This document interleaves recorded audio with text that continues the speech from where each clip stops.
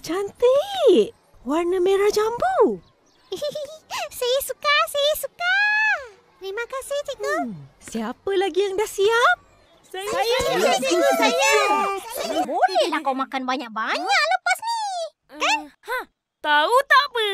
Waduh, nanti kamu gemuk lagi. Kenapa korang bersenam ni? Suka-suka. Tak apa, kita main bola dulu. Lepas tu, sambung main kereta lumba. Betul.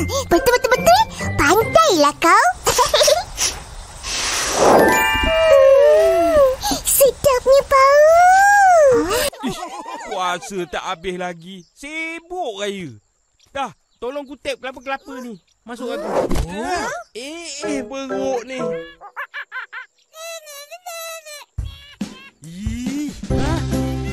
Makhluk asing datang. Ayo, tak tahu pangkau putih dah terpadam. Habislah kau janji. Tidak!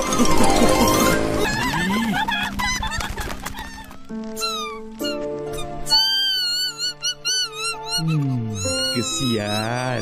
Tak apalah. Mulai hari ni tinggal dengan Atuk. Malaysia sangat teliti dan komited dalam hal ini. Barulah terhasil minyak sawit Malaysia yang berkualiti. Tapi yang lebih penting, untuk kerja rumah hujung minggu ni,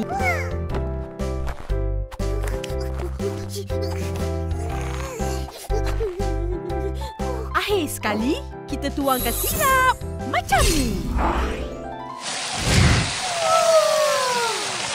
Abang, ni kotak apa pula? Penapis air juga ke? Tapi itu penapis air saiz besar. Sesuai dipasang di bangunan-bangunan besar macam sekolah, surau. Selalunya Atuk buka puasa seorang-seorang je. Kesian Atuk. Lepas ni Atuk buka puasa kat rumah kita orang je lah. Boleh kan Opah? boleh. Terima kasih.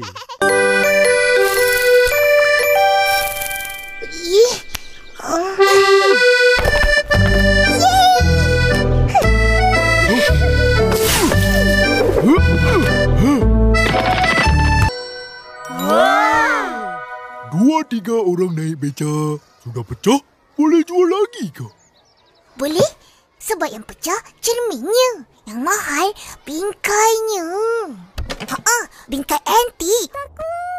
Apa nak takut? Semua tu cerita dia je. Bukan cerita benar pun. Tapi Teacher Oz kata semua ni cerita benar. Macam cerita harimau jadian. Memang betul-betul ada. Mana kau tahu? Kau nak cari duit juga. Betul-betul. Nanti boleh beli basikal. Cabutan bertuah tak menjamin apa-apa. Kalau tak bertuah, apa pun tak dapat. Jadi...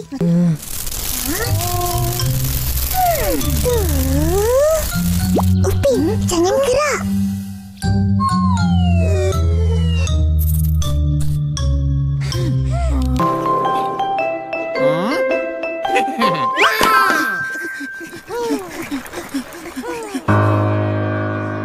Pokok halang jalan ni. Macam mana aku nak datang?